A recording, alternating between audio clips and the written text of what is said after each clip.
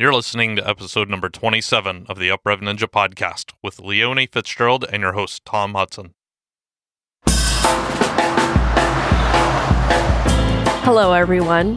Welcome to the UpRev Ninja podcast. If this is your first time listening, thanks for joining us. This show is produced each week with the single intent of discovering the tips, tricks, hacks, and lessons learned from our guests that has catapulted them into living the best version of themselves. Join your host, Tom Hudson, as he continues his search for the best methods to uprev his life. Now, let's dive into the show. Today's guest is Leonie Fitzgerald. Leonie has had an interest in property for as long as she can remember, and she purchased her first property at 18 for the princely sum of $4,000. Since then, she's purchased many properties and has had a lot of international experience. Combining a love for property with broad industry and international experience, a record of success in building relationships, as well as developing and implementing growth strategies to achieve desired incomes, she's created Wealthology Australia, a results-driven organization with a heart. Hey, welcome to the UpRev Ninja podcast. Today I have Leonie Fitzgerald with us. How are you doing today? I'm great. Thanks, Tom. How are you? I am doing great. I love summertime. However, I'm loving the crisper, cooler weather that we have right now in New England. It's a bit crisp here too in Australia. I've got a friend that just posted it was like 3 below centigrade there recently. I think that was today. So not so bad in Brisbane. We're quite lucky with our weather. That's good. That's good. Well, I've already read out your bio to my audience, but it's one thing you're reading it out to people versus hearing it. So I would love for you to tell us kind of, who you are and where you got to where you are today. Yeah, so I had a car accident when I was about 11 years old, and here in Australia we have something called third-party insurance. So I got a small payout for my injuries, which went into a trust fund. So when I turned 18, one day I went to the bank and there was about $52,000 in my account, and I had forgotten about money. So I went home to Dad and said, I think that money's come into the account. What should we do? And I don't come from a financially savvy family, so we hadn't planned or strategized what we were going to do with the money when it came through. So it was a bit of a surprise, I guess you would say. And Dad was doing some work with a guy he'd done a couple of jobs with who was doing some property on the side as a bit of a hobby. And so we went out to the country and sat down with him in a little old pub out in a country town about an hour from Brisbane. And we had a bit of a chat about, what the options were and what he thought we should do. And I ended up giving that guy about $50,000, and we didn't even sign a contract. That's how naive we were back then. Wow. My dad's very country, so it was just a handshake and an expectation of doing the right thing by each other, I guess. Well, I wish the world was still like that. There's something to be said about yesterday, so. I know, it's a very different world, isn't it? It truly is, yeah. So, what ended up happening with this handshake deal? Where did that take you? And Yeah. So I was 18. I just not long come out of high school, and about 3 years later, I left Australia and went backpacking around the world. I ended up in the UK for 3 months, Europe for 3 months, and America for 3 months, traveling around. I'd met some fantastic people over in Greece who lived in LA, and they invited me back to stay with them for a little while in America so I could get to live an experience in LA. And then we did a bit of traveling across to the other side and saw all the sights. But every couple of years I came home to Australia for a year. Just didn't feel right. I wanted to go back overseas and live and work and be part of a different culture. So I ended up living in London for 10 years.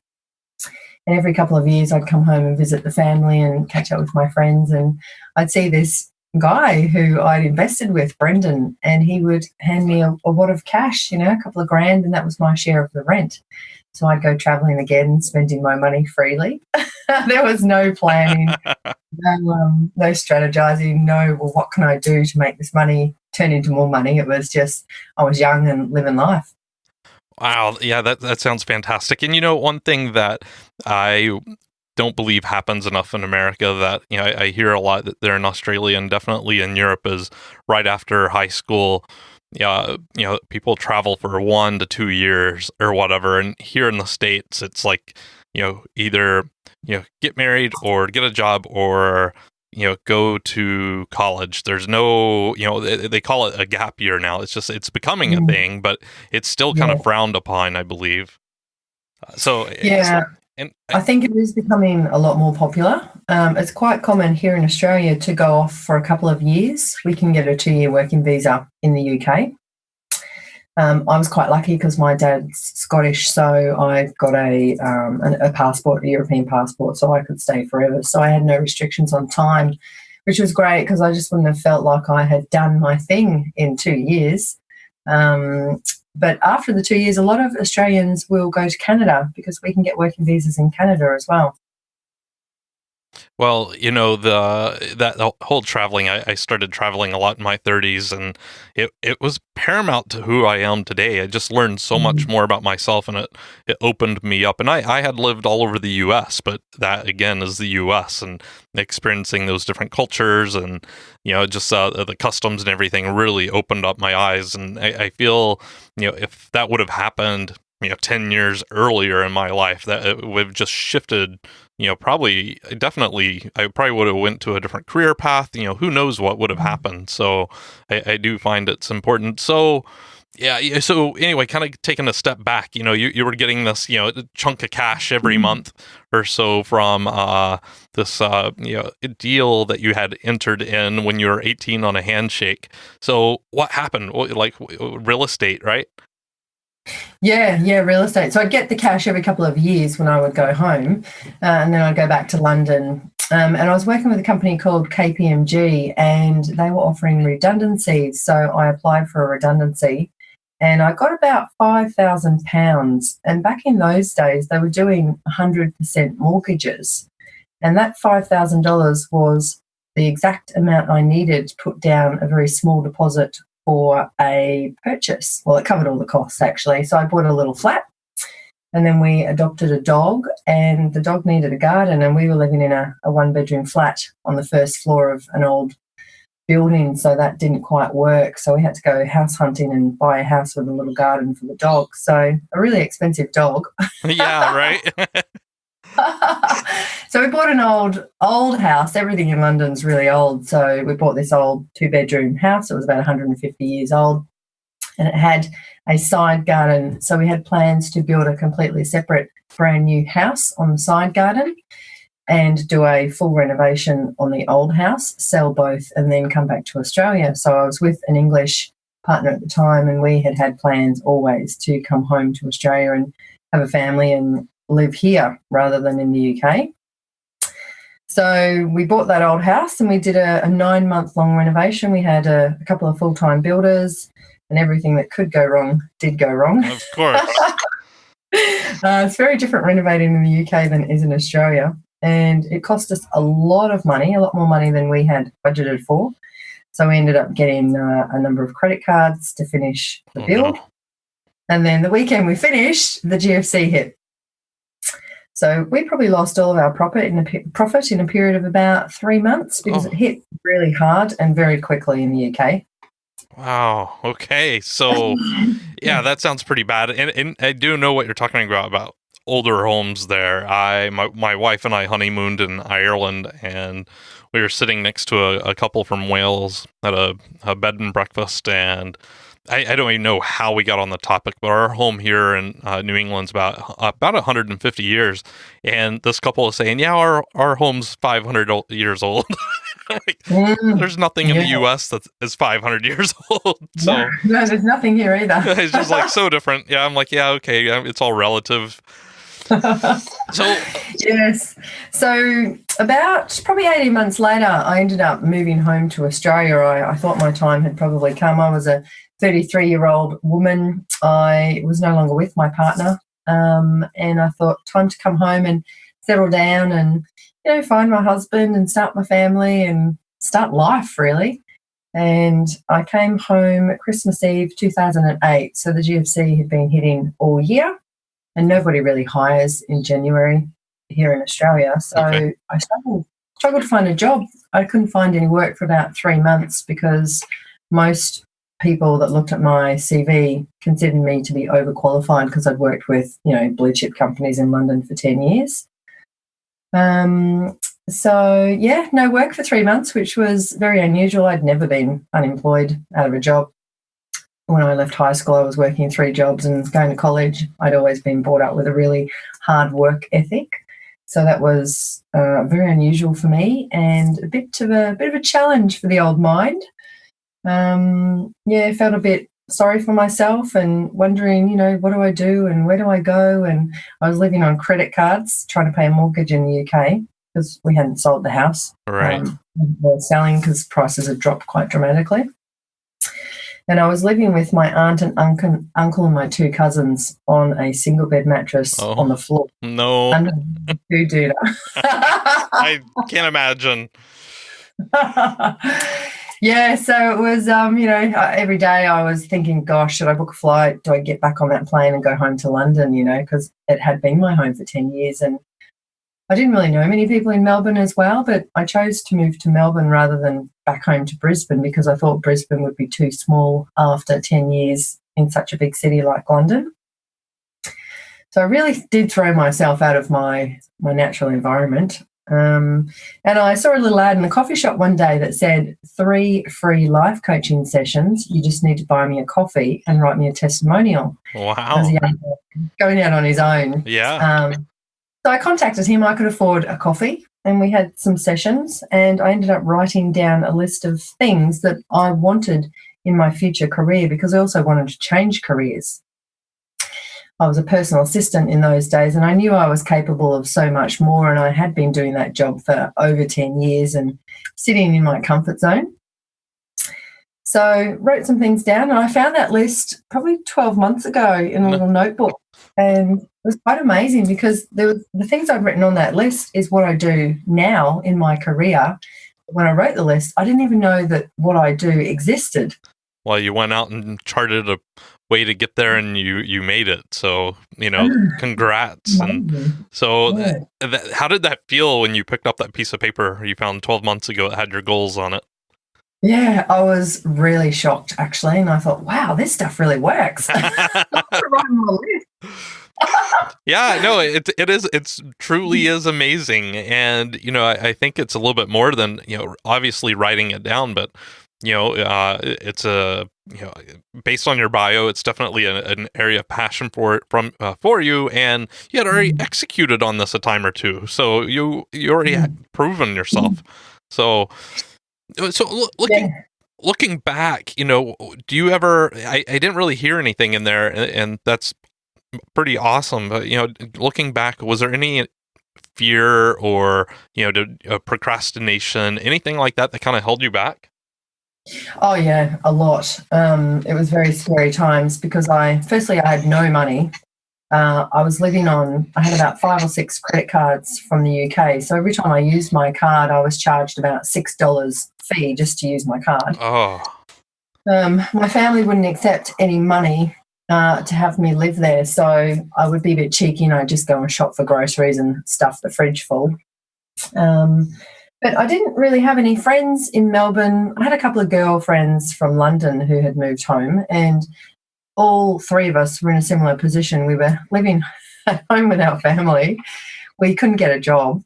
We were very much relying on other people to survive.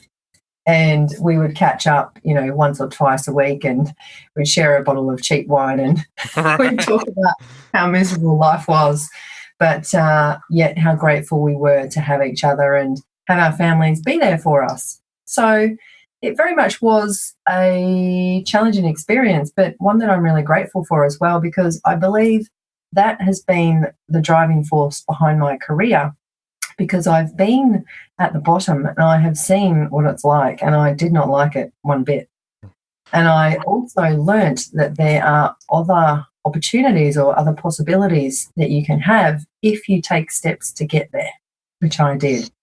So why don't you walk us through that right there, the steps, because I know we're always trying to improve who we are and, what we're working on, personally or professionally. Tell us what your process is like, where you're trying to always upgrade yourself. Yeah, so I probably started, looking into personal growth and self-education when I was around 21. I spent a lot of time with a company called Landmark Education, learning about, who I am and um, how I could change the things I didn't like about myself, stop living in my story, all that kind of stuff, stop blaming people for where I am and take responsibility for myself and my future. And it's very powerful stuff when you choose to take that journey. So I do a lot of self-education even today. And it's funny, when I was telling you about that list I wrote down, I was thinking a couple of months ago, I'm part of Kerwin Ray. He's a very big business coach here in Australia. Yeah. And he does quite stuff in America, so you may or may not have heard of him. But I'm part of his elite coaching program. And every 3 months he has a big conference, and that's why we're heading over to Vancouver next weekend for a 4-day conference with him. And every 3 months, we write a letter to ourselves with the things that we want to achieve in the next 3 months. So next weekend, I'll be getting my envelope with my letter to myself. And I think it'll be quite amazing as to what I've achieved on that list, because at the last event, about 80% of the people in the room had achieved 100% of what they'd written on their list. Yeah, that I've done that exercise once before, and it's not only is it powerful, but when you look back, you're like, oh, is that all I challenged myself with? Like, and it's not like it's just, the first time you do it, you're like, because it's that, lack of confidence and, just everything. And I've had a couple of guests on the show where they've talked about a book, which I haven't read yet, and it's on my wish list, but it's the 12-week year, and it's living your life in that 90-day window, basically. So, okay. And it's kind of what you're doing, I think, based on what they've told me about the book. I mean, you're doing it in 90 days, like, here's my goals and everything, and you're marching to it, and you get it done. Yeah. I'm reading Think and Grow Rich again at the moment by Napoleon Hill, and it is an absolute classic. How many times can you read that and still get nuggets out of it, Yeah. Well, he says you should read it at least 3 times to get the real juicy bits from it. But I've read it many, many times, and every time I do, there's something else I take out of it. And it's a great reminder to really master your mindset, because it's so powerful. And, when I wrote that letter, a lot of it came down to belief. Do I believe that I can actually do this? Do I believe this is going to happen? Well, and you mentioned this earlier. It's like those what you learned at Landmark, the non-serving stories that we tell ourselves. It's almost a big lie. We tell ourselves, "Oh, I'm not good enough for this," or "I can't do that," or whatever the story is, or if I only had blue eyes, I could do this. Like, what? Where does this stuff come from? And yes. It's amazing, though, how many of those little programs are running in our head that we're not even aware of. So, doing these exercises, writing our goals down, I assume as a part of this group there, when you're together next weekend or over those few months, do you have one-on-one sessions or any masterminding with any of those people? Yeah, we do. We do mastermind sessions, and they're very, very powerful, because you've got 6 other business owners all looking at and working on your business, and they just help you get clear on your bottlenecks and what's stopping you from moving forward. So we do a lot of strategizing, and really powerful place to be. Yeah, I'm a part of a couple of masterminds, and just for different facets of my life. And I tell you, if it wasn't for those, I think I would still be, I'm 41 right now. I'd probably still be like 21 if I didn't have those groups. Just every facet of my life. So, oh look, I'm a big believer in surrounding yourself with the right kind of people. And last night I went to a cocktail event. I'm a finalist in the Women in Business Awards of Australia. Oh, congratulations. Thank you. And last night we had a cocktail event just to get to mingle and mix with other really successful business women. And there was a number of young girls from high school there. And because the opportunity is open to all women, no matter what age you are. And it was really great, because you get to see these young girls, coming along to one of those events for the first time in their life. And they're there with these big, their eyes are open, and they're just amazed at what is possible for them. And I ended up going for dinner with a couple of ladies that I connected with over a drink. And it's quite amazing because one of them had been a finalist in last year's event, and she was talking about her journey and how much she's grown and the things that she has achieved. And another lady at the table, she's quite early on in her business, and she said to me on the way back to the car, she said, "Oh, I don't know why I'm here. I don't know, like all these women are achieving all these amazing things." And I said to her, "But that lady has been in this journey for over 12 months. She's got quite a successful business. You're just starting on your journey, but that's what's possible for you if you want it." And she's like, "Oh, that's so true."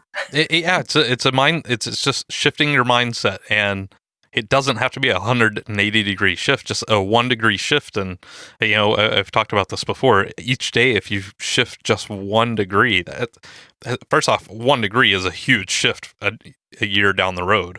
And so just that continuous improvement and always trying to tweak your life, it can make a huge, significant change. So, you've got a lot going on. You're obviously super successful. This is a question I've been getting from my audience that they would like for me to ask some of my guests, and it's around, how do you do it all? That's a great question, Tom. So I don't know. Do you have a family? You mentioned that's one of the reasons you went back to Australia.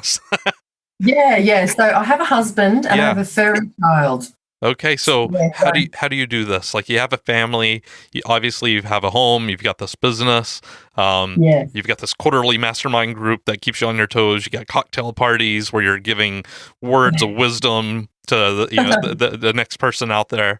How do you do it all? How do you juggle it? Yeah, it's a good question. I met Pete about 4 years ago, and we've been married. We got married in October, and one of the things I really put out to the universe was that I wanted a partner that, believed and understood in all the self-education and all the growth stuff that I had been doing with myself over the years. And when I met Pete, I was quite impressed because he'd read more books than I had. We were talking about our list of books on our bookshelf. How very sad. And we read the same kind of books, and he'd probably done more self-development than I have, and I was really impressed. And I remember sitting there over dinner thinking, wow, this guy has actually got it going on. I was impressed. And he understands my drive in life because he has a similar one, and we both were very big on wanting to help people. And for me, helping people create wealth actually changes their lives. It changes how they retire. It gives them more opportunity, more choices in life, creates freedom. So that's a really powerful place to be when you've got choices in life, because you can choose to do something based on whether you want to do it rather than if you can afford to do it. Right. So look, how do I do it all? I'm pretty structured. One thing I learned with the training from Kerwin Ray was to focus on 5 things each week that you want to get done. So the most important 5 things. Before that, I had a huge to-do list. I had 30, 35 things every week I was trying to get through. And of course, that doesn't happen. So now I just have 5 things each week that are really important, that are in line with my monthly goals, which are in line with my quarterly goals, which are in line with my annual goals. And they're all in line with my company's mission and vision and values. Okay. Wow. No, that's how I'm writing that down, although I can just go back and listen to the recording later. But no, I think that's great. And I have a kind of a similar process. But I people's to-do list only gets, I don't know how, I don't know. It's very interesting because I don't believe, the generation before us had a to-do list. Like we probably do more in a week than our parents did in a month or 2 months or 3 months. Maybe I'm making a bad assumption there, but it just seems like we're so much, our species is just way busier now than ever. So I like that. So how do you how do you categorize these 5 things? So I understand that, the root is, it's going back to your mission and vision. And, this is what I want to accomplish for the year. But, I've got 5 things to do this week. You've got this, your family and job. Do all of those coalesce into these, 5 important things? Or is this just for your professional life and you keep... Yeah, so you include personal as well as business things on your list. So for me, I have a lot of self-care stuff on that list. Because I've been through burnout a couple of times in my career. So I've now prioritized balance in my life. So, one thing I've got on there at the moment is meditation. I'm really trying to master meditation because it's something I've been trying to do for years and I hadn't achieved it. And I understand the benefit of giving your mind time to come down and open up space for creativity and ideas and thoughts. And that's really important when you're running your own business, is to have that time for creative space, because not only do you have to do every day, you've got to allow your mind to have the space to bring in new ideas and new concepts and new things that you want to do in your business. So self-care is an important one. Eating the right kind of food, drinking enough water.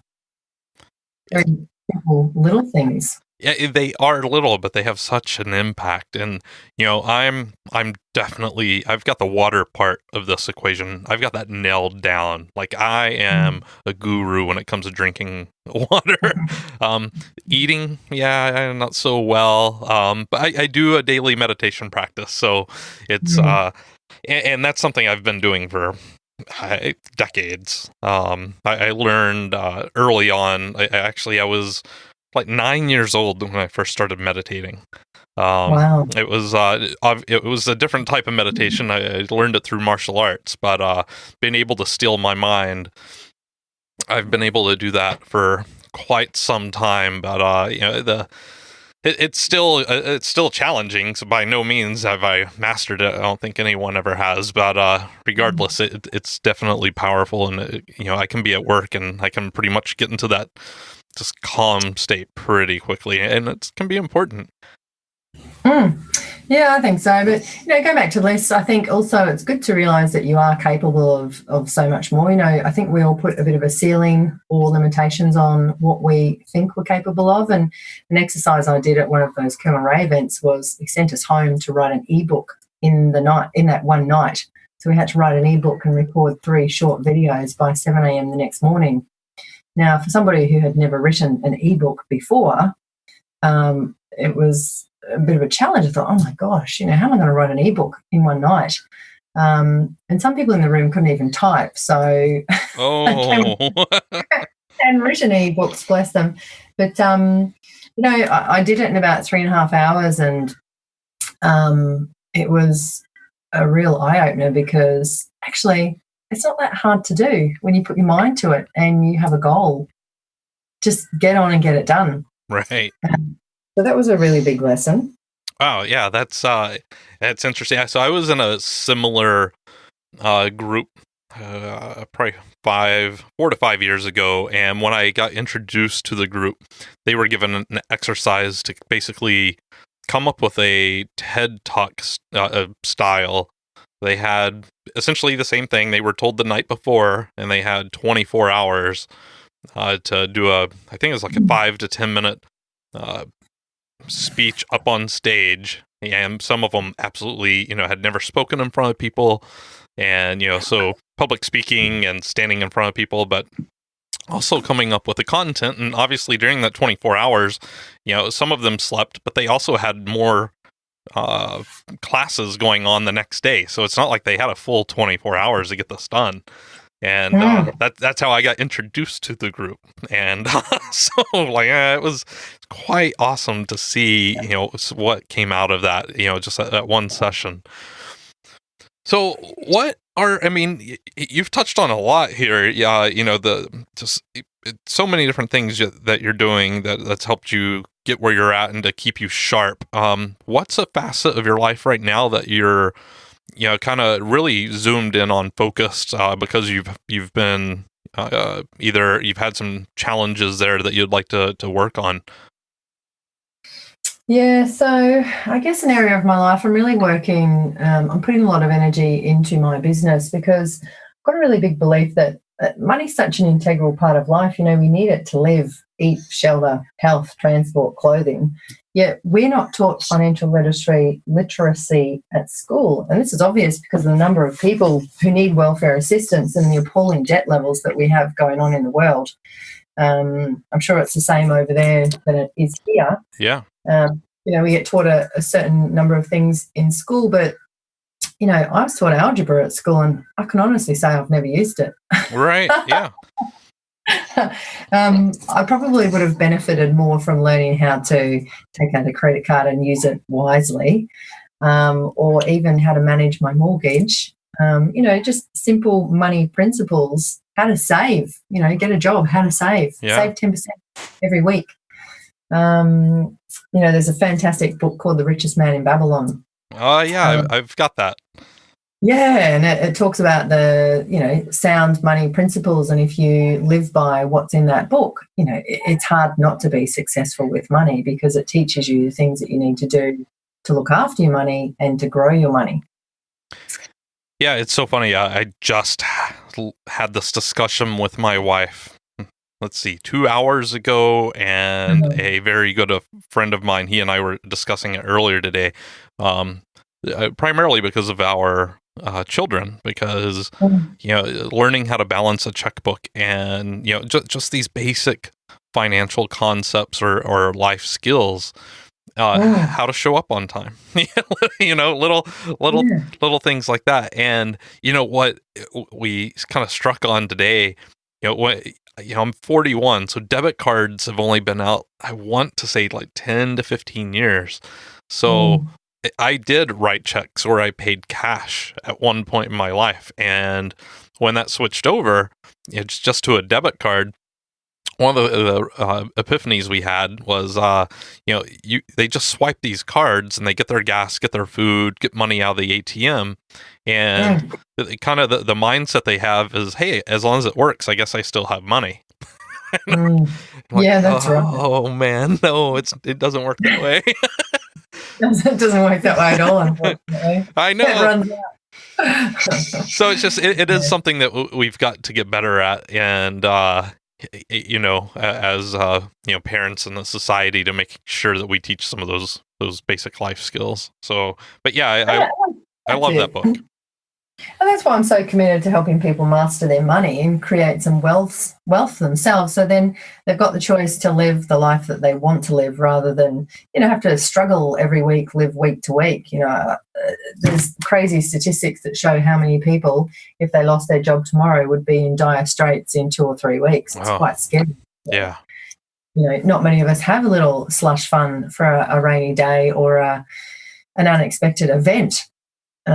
So one thing I teach my clients is to have a look at how you want your life to look. So we do a pretty intense goal setting session or an intention setting session, I prefer to call it. A lot of people don't connect with goals. They set a goal. Most people will have New Year's resolutions and then 2 weeks later nothing's happened, so they give up. Right. But if we have a look at what our intentions are for our life, then we know what steps we need to take to actually get to that point. You've got to plant the seeds to get the result. You can't just all of a sudden get to 65 and expect your life to be wealthy. It doesn't happen that way. You do have to put some effort in and create what it is that you want your life to look like. Yeah, and I think that word intention is very, very powerful because, like you said, goals or resolutions, those words are kind of watered down, sadly. But, if you have an intent and you're obviously dedicated to that, you can always work backwards and okay, what steps do I need to make now to get there? So, well, you've shared some really awesome tips with us. So I guess just kind of moving into final round of questions here. So I'm out here listening, and as a new person to this podcast, I'm like, okay, this sounds all too good to be true. She got a windfall when she was 18. That's why she is who she is. What do you say to those naysayers? Yeah, look, it's a good point. I did have a bit of a windfall and, very grateful for that. But there's statistics that show that people that win the lottery, about 80% of people that win the lottery have lost all of their money within 3 years because they don't know how to deal with it. They've never had money. They just don't know how to handle it. So it all just gets spent on things that aren't going to build wealth for them. So I think what was beneficial for me was Dad had this person he was working with who put us on the right track, and then I turned my money into so much more money. But when I first came home from Australia, I had about $85,000 worth of debt on a number of credit cards, and I couldn't secure a job for 3 months. So I had to learn how to pay off that debt. So I had to stick with a very restrictive savings plan. So I was very focused for a number of years to pay off that debt on my own as a single woman on an income of about $55,000, which isn't a huge income when you've got to pay that amount of debt off. Right. So I had to house share. I had a couple of flatmates that were helping to pay the rent, and I lived on about $40 per week. That was my fun money, Excuse me, if I wanted to go out for wine with the girls or buy my fancy shampoo, I had $40 to do it, and that's all I had a week. So I had some tough times, and then I got a job in a property investing company where I learnt my craft and I started to earn more money. So I actually saved for a deposit for my next property, and that was around $75,000.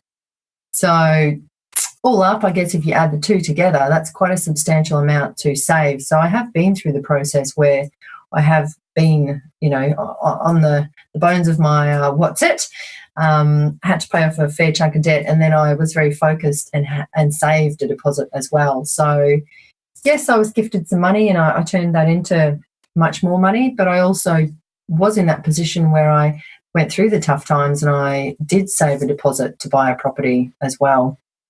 Well, I think it goes back to what you mentioned earlier, just setting that intention the key word there is focus, and keeping your eye on the prize. So it's got to be challenging. I've got a few folks I know that have had credit card debt like that, and it's hard to get out of.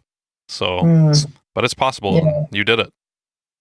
Yeah, and I'm still doing it. I'm still on my journey of wealth creation. I certainly don't have all the assets that I want to acquire to give me the result that I want. So I'm still on that journey. And, we're off to Vancouver for this work conference next week, and we're not staying in 5-star hotels. I can tell you that. So we're still very conscious about our money and where we put it, because when we spend our money, we want to put it into things that are going to grow our money rather than, our flat screen TV, I think, is a little bit bigger than a computer monitor. Right. So okay. We don't have a lot of material things. We would rather put our money into experiences and creating memories, and also putting money into building our financial future. And I think that's a great bit of parting guidance there.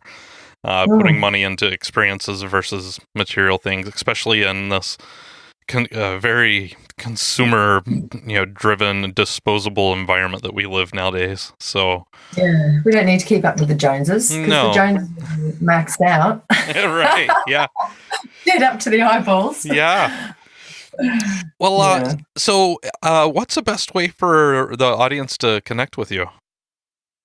Yeah, so probably best to come through our website. So that's wealthology.com.au, and that's spelt wealthology.com.au. We do a weekly blog, and we do a number of podcasts as well. Social media, we're on Facebook, so it's Wealthology Australia.